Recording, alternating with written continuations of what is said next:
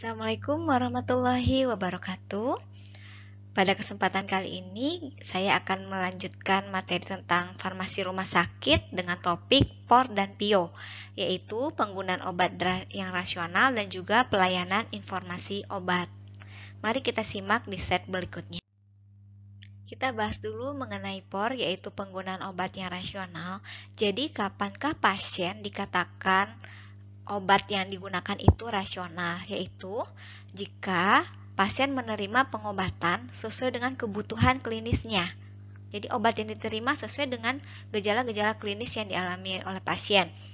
Selanjutnya, dosis yang digunakan juga sesuai dengan kebutuhan pasien tersebut dalam periode waktu yang adekuat dan dengan biaya yang terjangkau oleh masyarakat banyak atau oleh pasien.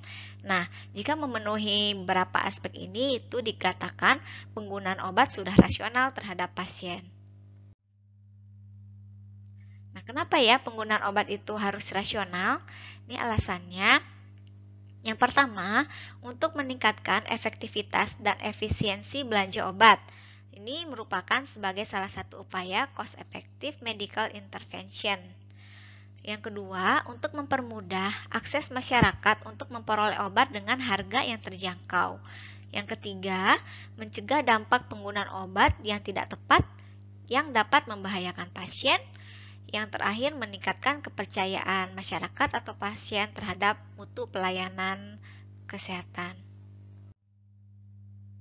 Nah, POR itu harus memenuhi beberapa prinsip, diantaranya yang pertama harus tepat diagnosis dan tepat indikasi. Yang kedua, sesuai dengan indikasi penyakit. Yang ketiga, tepat pemilihan obat. Yang keempat, tepat dosis. Yang kelima, tepat cara pemberian. Yang keenam, tepat interval waktu pemberian. Yang ketujuh, tepat lama pemberian. Dan yang kedelapan, waspada terhadap efek samping obat. Nah, yang 8 aspek pertama ini, prinsip yang pertama ini sangat membutuhkan informasi obat yang benar dan lengkap oleh tenaga kefarmasian. Kita lanjutkan yang ke-9, yaitu tepat informasi. Yang ke-10, tepat penilaian kondisi pasien. Yang ke-11, obat yang diberikan harus efektif dan aman. Yang ke-12, tepat tindak lanjut atau follow up. 13, tepat penyerahan obat. 14, pasien patuh terhadap perintah pengobatan yang telah dibuat. Nah, ini skemanya ya.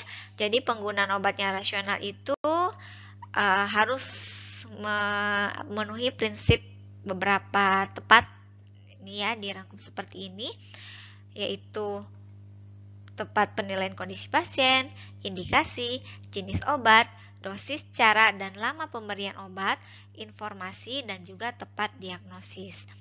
Nah, kemudian harus waspada terhadap efek samping obat, harganya juga harus terjangkau, dan juga pasiennya harus patuh terhadap terapi yang telah diberikan.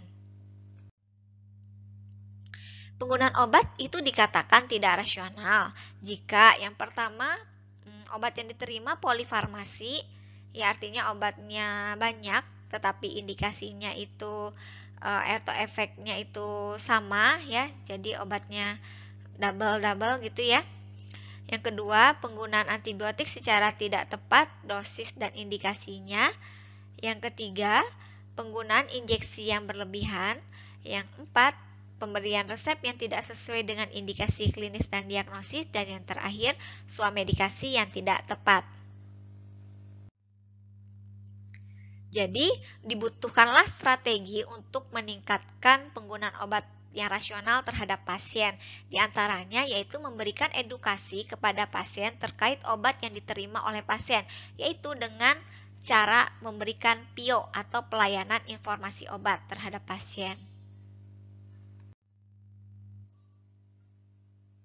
Nah, ini ada beberapa upaya ya untuk mendorong POR. Yang pertama ada strategi edukasi yang bisa dijalankan, yaitu dengan memberikan informasi tentang obat yang diberikan secara independen dan transparan. Dan yang kedua, melakukan pelatihan farmakoterapis berbasis penyelesaian masalah atau problem based. Ini bagi mahasiswa Fakultas Kesehatan ya, atau juga farmasi. Yang kedua, penulisan resep juga harus tepat.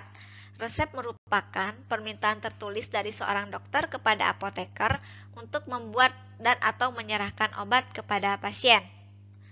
Nah, penulisan resep ini adalah tindakan terakhir dokter dalam proses terapi yang diwujudkan dalam bentuk resep. Hal-hal yang harus diperhatikan dalam penulisan resep ada beberapa hal, diantaranya resep itu ditulis dengan lengkap dan jelas, meliputi nama, alamat, dan ISIP dokter. Yang kedua, nama obat, kadar, jumlah, signa, dan paraf itu juga harus ada. Ketiga, dosis ditulis dengan jelas, yaitu dengan satuan miligram, gram, mililiter, atau lain-lain. Yang keempat, nama obat ditulis dengan nama latin yang resmi. Yang kelima, singkatan ditulis dengan singkatan yang resmi. Yang keenam, nama, umur, dan berat badan pasien itu sedapat mungkin juga ditulis. Yang ketujuh, kondisi sosial pasien itu kalau bisa dilengkapi. Yang kedelapan, sedapat mungkin menuliskan resep di hadapan pasien. Yang ketiga yaitu informasi yang tepat. Ya, jadi ini sangat penting juga pemberian informasi yang tepat kepada pasien, karena dengan adanya pemberian informasi terkait penggunaan obat pada pasien ini dapat meningkatkan kepatuhan. Dan juga jenis informasi yang diberikan itu dapat disesuaikan dengan tingkat kecerdasan dan golongan sosial pasien. Misalnya pemilihan bahasa, pemilihan kalimat-kalimat yang akan disampaikan kepada pasien ketika berkomunikasi itu juga merupakan faktor yang penting agar pasien dapat menerima informasi yang kita sampaikan. Kemudian juga ada informasi dari dokter, yaitu meliputi uraian tentang penyakit yang diderita pasien. Selanjutnya, apa yang diharapkan dari pengobatan yang diberikan dan bagaimana obat dapat mempengaruhi penyakitnya, dan juga mengapa penyakitnya memerlukan pengobatan secara kontinu. Nah, informasi oleh tenaga farmasi ada beberapa hal yang dapat disampaikan. Di antaranya cara penggunaan obat, waktu penggunaan obat, aturan pakai, lama penggunaan, efek samping dan cara penanggulangannya, cara penyimpanan obat yang benar, dan juga peringatan lain yang dirasakan perlu dan urgent gitu ya, yang harus disampaikan kepada pasien. Nah, beberapa hal yang tentang obat yang perlu diperhatikan juga ya. Yang pertama, apakah pasiennya itu sedang hamil atau menyusui?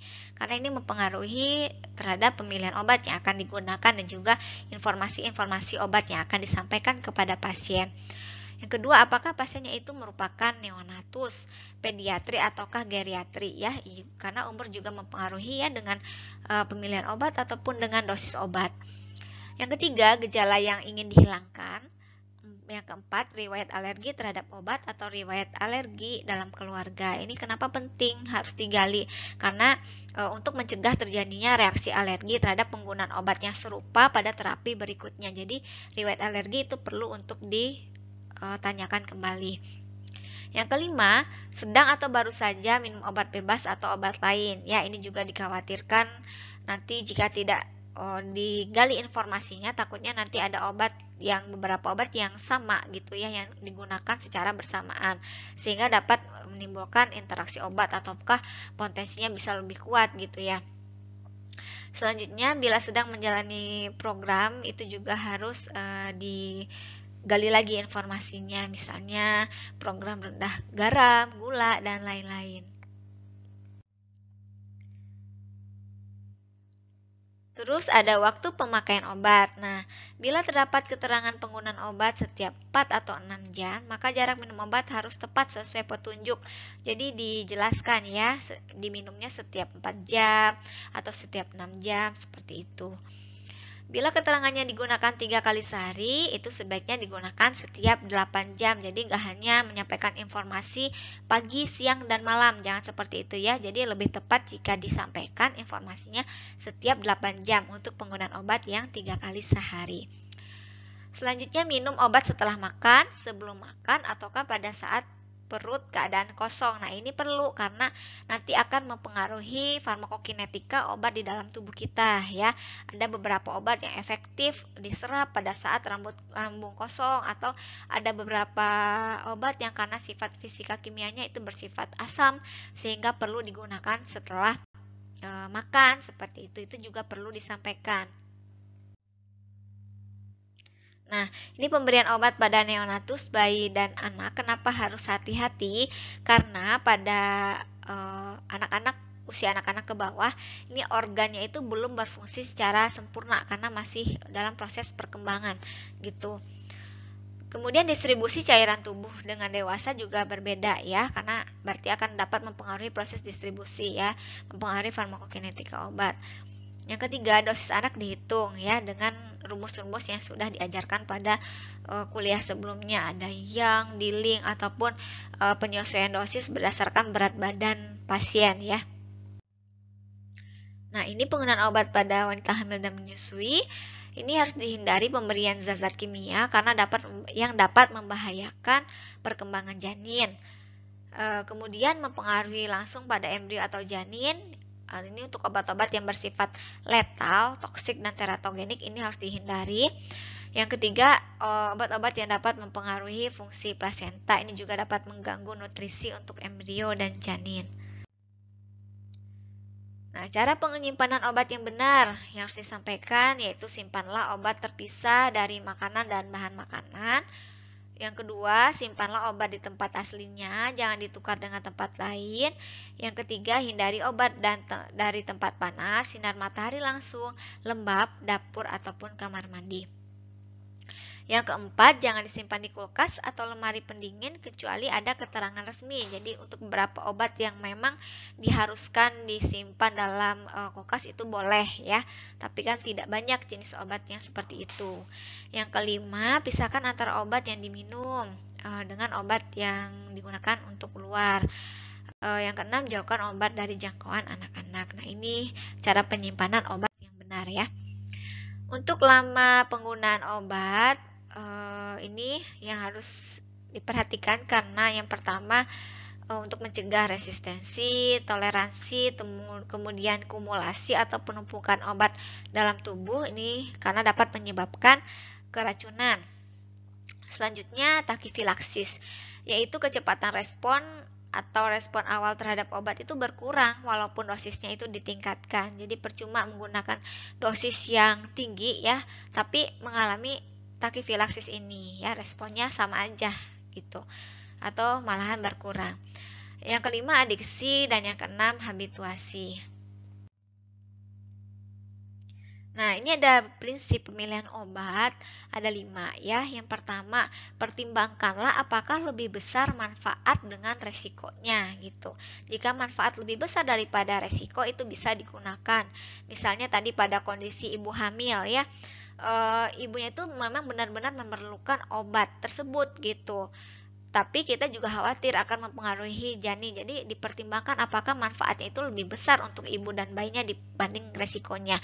Jika manfaatnya lebih besar, obat tersebut masih dapat diberikan kepada pasien. Seperti itu asalkan di bawah monitoring dokter dan juga apoteker. Seperti itu ya. Yang kedua, gunakan obat yang diketahui itu yang paling baik ya.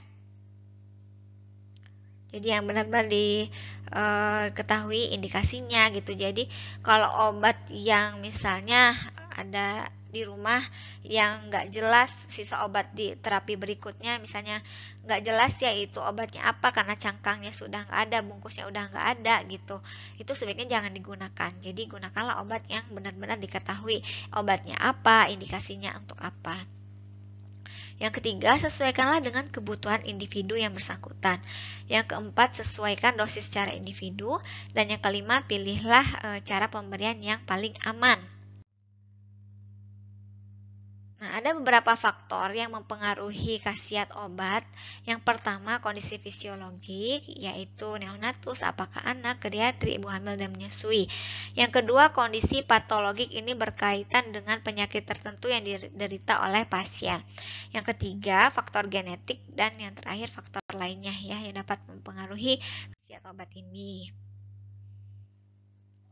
Nah, kondisi fisiologik yaitu kondisi fisiologi pasien karena perbedaan respon obat ya pada bagian farmakokinetik yaitu absorpsi, distribusi, metabolisme, dan juga ekskresi.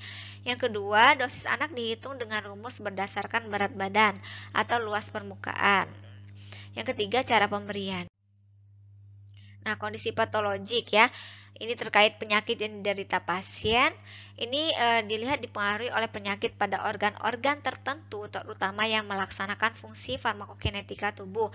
Misalnya bagaimana kondisi saluran cernanya, kardiovaskuler, hati, dan ginjal. Kita bahas mengenai faktor genetik. Jadi ada orang yang tidak memiliki faktor genetis tertentu. Misalnya enzim hati asetilase lazimnya itu lebih aktif pada orang kulit hitam atau Asia daripada orang kulit putih. Ini udah nggak bisa dimodifikasi lagi ya, karena sudah merupakan faktor genetiknya yang seperti ini. Faktor lainnya misalnya adanya interaksi obat ataupun adanya toleransi, yaitu penurunan efek farmakologis akibat pemberiannya secara berulang-ulang gitu. Ataupun idiosinkrasi, yaitu peristiwa suatu obat memberikan efek secara kualitatif berlainan dengan efek normalnya. Jadi efeknya itu nggak sesuai dengan efek yang diharapkan, efek normalnya. Misalnya, pasien dengan pengobatan neuroleptika untuk menenangkan, ini justru dapat memperlihatkan reaksi yang bertentangan dan menjadi gelisah dan cemas. Jadi bukannya pasiennya malah tenang setelah mendapatkan obat obat neuroleptika ini, tapi malah kebalikannya, malah semakin gelisah, semakin cemas. Nah, ini berarti adanya faktor idiosinkrasi. Jadi kesimpulannya, informasi obat yang tepat ini sangat diperlukan ya, karena merupakan salah satu bentuk kontribusi mewujudkan penggunaan obat yang lebih rasional lagi terhadap pasien. Nah, adalah kewajiban bagi tenaga kesehatan untuk menyediakan informasi obat. Ya, bukan hanya kewajiban dokter ataupun tenaga farmasi, tapi tenaga kesehatan lainnya itu juga diharapkan mampu memberikan informasi obat gitu. Terutama apalagi kita sebagai tenaga farmasi ya. Selanjutnya, informasi obat ini perlu ditingkatkan secara terus-menerus, secara lebih luas dan berkesinambungan agar ya tujuan untuk meningkatkan pemberian obat yang rasional terhadap masyarakat dan terhadap pasien itu dapat tercapai seperti itu. Ya, jadi itu penjelasan mengenai penggunaan obat yang rasional. Kita lanjutkan membahas mengenai pelayanan informasi obat ya di rumah sakit. Nah, apa sih itu pelayanan informasi obat di rumah sakit? Yaitu kegiatan penyediaan dan pemberian informasi, rekomendasi obat yang independen, akurat, komprehensif, terkini itu oleh apoteker ataupun TTK yang di bawah supervisi apoteker kepada pasien, masyarakat, maupun pihak yang memerlukan di rumah sakit. Nah, pelayanan informasi obat ini dapat meliputi semua aspek baik penyediaan, pengelolaan, penyajian, dan pengawasan mutu, dan informasi obat serta keputusan profesional ya, meliputi bagaimana tujuan terapi, cara, kemudian pengolahan dan pengawasan mutu, data dan juga informasi terhadap terkait penggunaan obat terhadap pasien.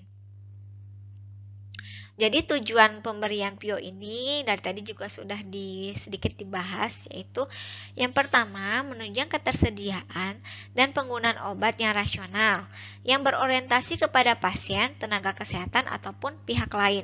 Jadi pelayanan informasi obat itu tidak hanya diberikan kepada pasien, tapi kita juga dapat memberikan pelayanan tersebut kepada tenaga kesehatan lain seperti dokter, perawat, bidan ataupun tenaga kesehatan lain yang ada di rumah sakit ya.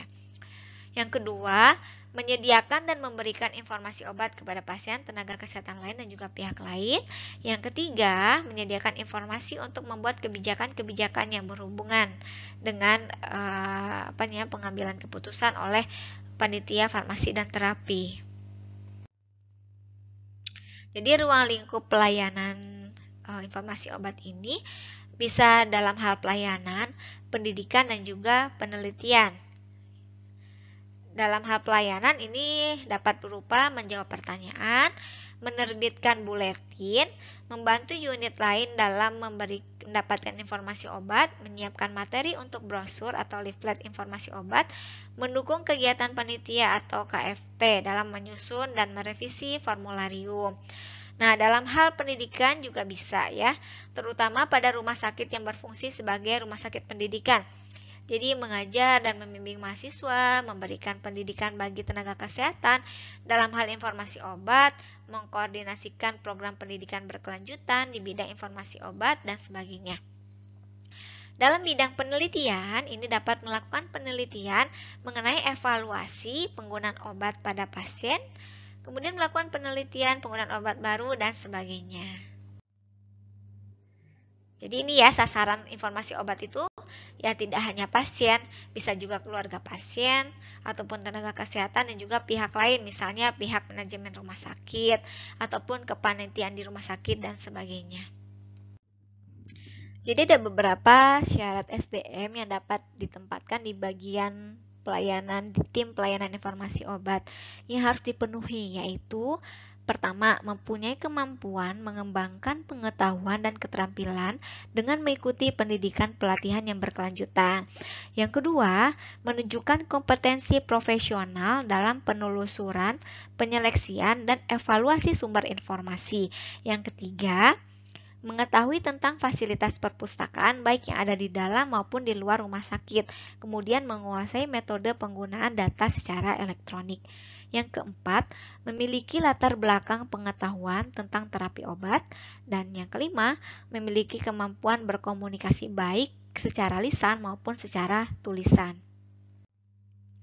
Nah, kemudian juga harus didukung oleh sarana dan prasarana, di antaranya yaitu disesuaikan juga ya dengan kondisi rumah sakitnya.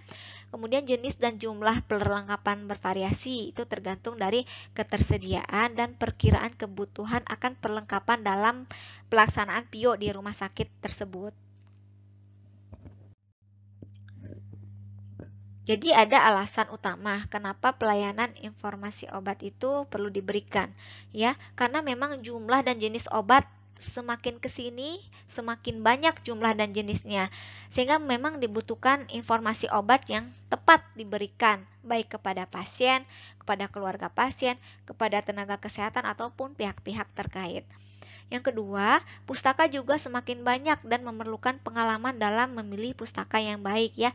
Kita sekarang bisa mengakses informasi secara mandiri gitu ya, banyak tersedia informasi-informasi di internet, tapi memang diperlukan kemampuan khusus gitu ya, apakah kemampuan menyeleksi informasi, apakah memang informasi yang tersedia itu memang sudah akurat atau belum, itu perlu adanya penseleksian seperti itu.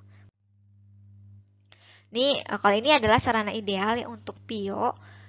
Ya, idealnya itu ada ruang kantornya, kemudian ruang rapatnya, perpustakaan, komputer, ada telepon dan ataupun faksimil, kemudian jaringan internetnya baik, juga in-house database ini harus ada. Jadi ini mekanisme pelayanan informasi obat. Nah, jika ada pertanyaan ya baik langsung ataupun lewat telepon ataupun lewat fax, surat ataupun lewat email. Nah, ini harus ditelusuri terlebih dahulu informasi latar belakang pertanyaannya ya. Kita telusuri siapa yang mengajukan pertanyaan, kenapa mengajukan pertanyaan, ada masalah apa, seperti itu ya. Kenapa dibutuhkan jawaban ini harus ditelusuri terlebih dahulu latar belakangnya. Kemudian diklasifikasikan penanyanya, tadi diklasifikasikan dan juga jenis pertanyaannya. Setelah itu dilakukanlah searching literatur ya, baik dari buku ataupun jurnal-jurnal yang ada di internet dan sebagainya. Kemudian kita dapat menyimpulkan jawaban. Seperti itu. Nah, ini salah satu form dari PIO contohnya ya. Jadi, ketika ada pertanyaan yang masuk kepada tim PIO, ini dituliskanlah ya pertanyaan nomor keberapa, kemudian tanggal, waktu, kemudian bagaimana metode menyampaikan pertanyaannya, apakah langsung lewat lisan ataupun lewat telepon dan sebagainya. Ini identitas penanyanya dituliskan, kemudian jika memang untuk pasien tertentu di rumah sakit tersebut itu dituliskan juga data pasiennya seperti apa, kemudian pertanyaannya. Nah, ini jenis permohonannya itu pertanyaan itu dapat meliputi apa sih gitu ya, apakah dosis misalnya ataupun adanya kontraindikasi ataukah efek samping obat, ini tinggal diceklis aja nih, pilih salah satu yang ada di sini. Kemudian bagaimana jawaban dari tim PIO ini setelah menelusuri beberapa sumber pustaka yang ada. Nah, referensinya itu dari mana? Jadi jangan sampai hanya sekedar menjawab tanpa ada dasar. Nah, ini diperlukan bukti seperti ini ya. Jadi referensinya ditulis, kemudian penyampaian jawabannya itu seperti apa? Apakah segera dalam 24 jam atau lebih atau gimana? Ini dituliskan di sini. Nah, ini salah satu bentuk form PIO yang nantinya akan menjadi dokumen terkait pelayanan yang sudah kita berikan kepada pasien. Ini sangat penting untuk didokumentasikan. Karena apa? Jika terjadi sesuatu yang tidak diinginkan di kemudian hari, kita punya buktinya gitu ya, atas informasi yang telah kita sampaikan terhadap penanya. Ya, mari kita lanjutkan. Jadi, untuk metode menjawab PIO ini bisa dengan cara tertulis, misalnya lewat email tadi ya, pertanyaannya kita bisa sampaikan lagi lewat email, ataupun kita langsung jawabannya secara lisan atau lewat secara oral. Nah, jika dalam satu waktu atau ya waktu yang berdekatan itu ada beberapa pertanyaan yang masuk, sedangkan di tim PIO-nya sendiri ini memiliki keterbatasan SDM, jadi kita harus dapat memilih mana yang harus diprioritaskan. Jadi di sini ada urutannya ya, berdasarkan prioritas yang harus diselesaikan segera untuk diberikan pelayanan informasi obat. Yang pertama, untuk penanganan atau pengobatan darurat pasien dalam situasi hidup atau mati ini harus didahulukan, dipaling prioritaskan. Selanjutnya, pengobatan pasien rawat tinggal dengan masalah terapi obat khusus. Yang ketiga, pengobatan pasien ambulatori dengan masalah terapi obat khusus. Yang keempat, bantuan kepada staf profesional kesehatan untuk penyelesaian tanggung jawab mereka. Yang kelima, keperluan dari berbagai fungsi PFT. Dan yang terakhir, berbagai proyek penelitian. Nah, ini bisa diterakhirkan. Jadi seperti ini urutan dalam memberikan pelayanan informasi obat. Nah, menggali informasi ini bisa dengan mengidentifikasi penanyanya, mengidentifikasi permasalahan, mengidentifikasi derajat urgensinya, atau apakah kita perlu merujuk ke bagian tertentu ya untuk menggali informasi yang memang masih diperlukan, kemudian follow up. Nah, untuk menggali informasi ini diperlukanlah wawancara atau keterampilannya dalam berkomunikasi. Nah, jenis-jenis pustaka yang dapat digunakan dalam yang menjadi rujukan untuk memberikan informasi obat ada pustaka primer, sekunder, dan juga tersier. Untuk pustaka primer ini artikel original ataupun jurnal-jurnal penelitian yang sudah terpublikasikan secara langsung oleh penulisnya. Ataupun pustaka sekunder ini memuat kumpulan abstrak saja dan berbagai artikel original dari berbagai pustaka primer. Jadi kalau yang primer itu lengkap ya, dari mulai abstraknya ada sampai nanti bagaimana pembahasannya, kesimpulannya, dan juga daftar pustakanya ini lengkap. Tapi kalau yang sekunder ini hanya ada abstraknya saja, itu juga boleh digunakan. Yang ketiga, ini sumber pustaka tersier, diantaranya buku ajar tapi harus yang up to date. Ini contohnya ya, kalau dari buku ya, ada Drug Information Handbook, Martindale, atau AHFS Drug Information dan sebagainya. Ya, ini merupakan salah satu contoh sumber pustaka tersier. Ya, jadi sekian penjelasan mengenai penggunaan obat yang rasional dan juga pelayanan informasi obat pada kesempatan kali ini. Mudah-mudahan semuanya dapat paham atas segala yang sudah saya sampaikan dan mudah-mudahan semuanya dalam keadaan sehat. Assalamualaikum warahmatullahi wabarakatuh.